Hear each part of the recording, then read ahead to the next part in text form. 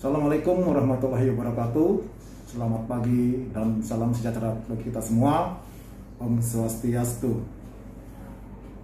Pertama-tama dan yang utama, marilah kita sama-sama memanjatkan puji syukur kepada Tuhan atas segala rahmat dan hidayah yang telah diberikan kepada kita, yang mana pada saat ini kita masih diberikan kesehatan, keselamatan, sehingga kita dapat melaksanakan kegiatan ini sebagaimana yang kita harapkan bersama.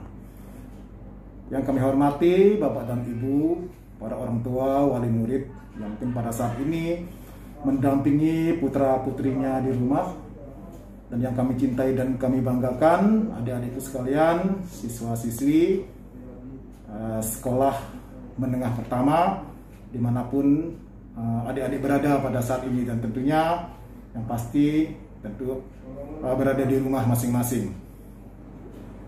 Mengingat situasi yang tidak mungkin dilaksanakan bersamaan dengan adanya pandemi COVID-19, sehingga kita tidak bisa menyelenggarakan kegiatan ini sebagaimana mestinya, yaitu dengan langsung bertatap muka. Namun harapan kami, apa yang kita laksanakan pada saat ini tidak mengurangi maksud dan tujuan dari penyelenggaraan kegiatan ini. Sebelum kami menyampaikan materi, tentu kami ingin menyampaikan, memperkenalkan diri, bahwa kami adalah dari Satbinmas Polresta Mataram, yang dalam kesempatan ini diberikan kesempatan oleh pihak sekolah untuk memberikan materi terkait dengan kenakalan remaja.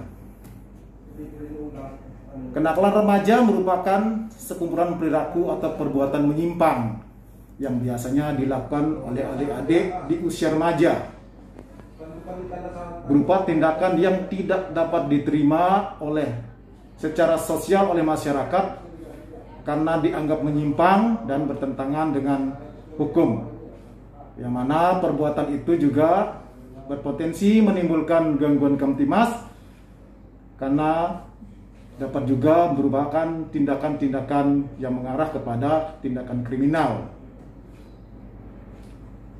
Kenakalan remaja dapat disebabkan oleh beberapa faktor, di antaranya ada faktor internal dan juga faktor eksternal.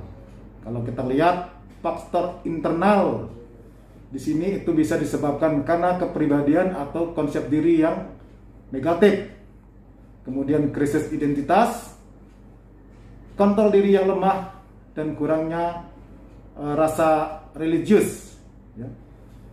Kemudian faktor eksternal itu bisa disebabkan karena keluarga yang kurang harmonis. Ya, kita tahu banyak di antara kita mungkin adik-adik yang tinggal tidak dengan orang tuanya, ada yang tinggal bersama kakeknya atau neneknya, ya mungkin ada orang tuanya yang ditinggal pergi menjadi tenaga kerja, sehingga kurang mendapat perhatian dan kasih sayang dari orang tua kandungnya, sehingga adik-adik mungkin dititipkan kepada keluarga yang lain.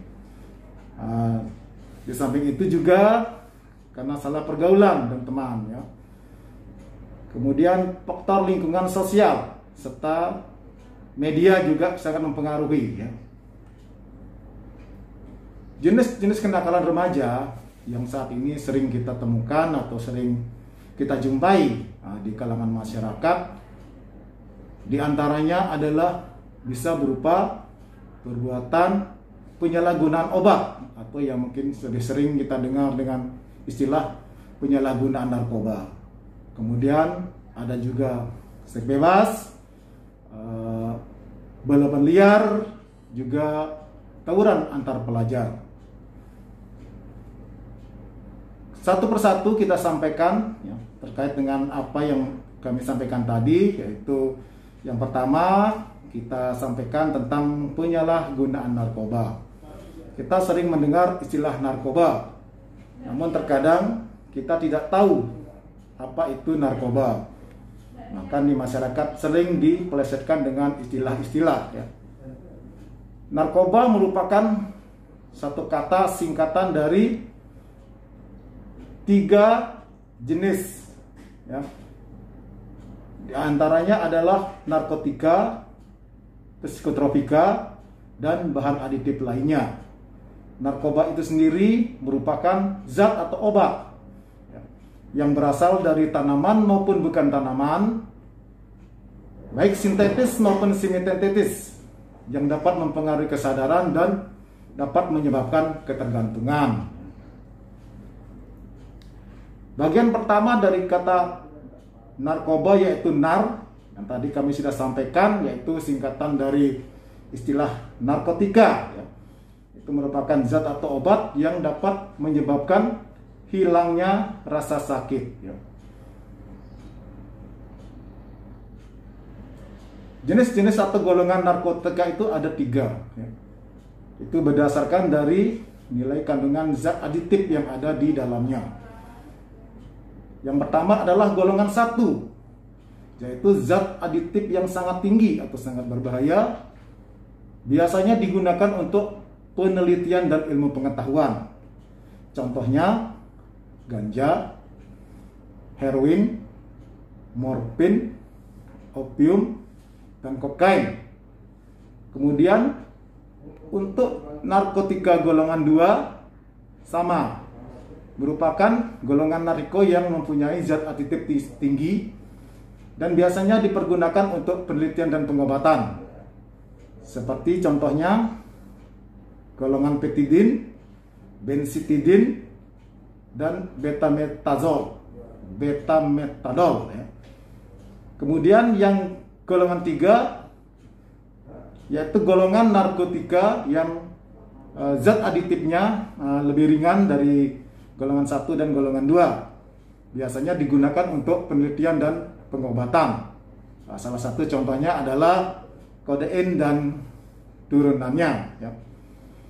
Kemudian bagian kedua dari istilah narkoba yaitu psikotropika. Psikotropika itu sendiri terdiri dari 4 golongan. Itu juga berdasarkan zat aditif yang terkandung di dalamnya. Golongan pertama yaitu golongan psikotropika yang mempunyai zat aditif sangat kuat, ya. Belum diketahui khasiatnya.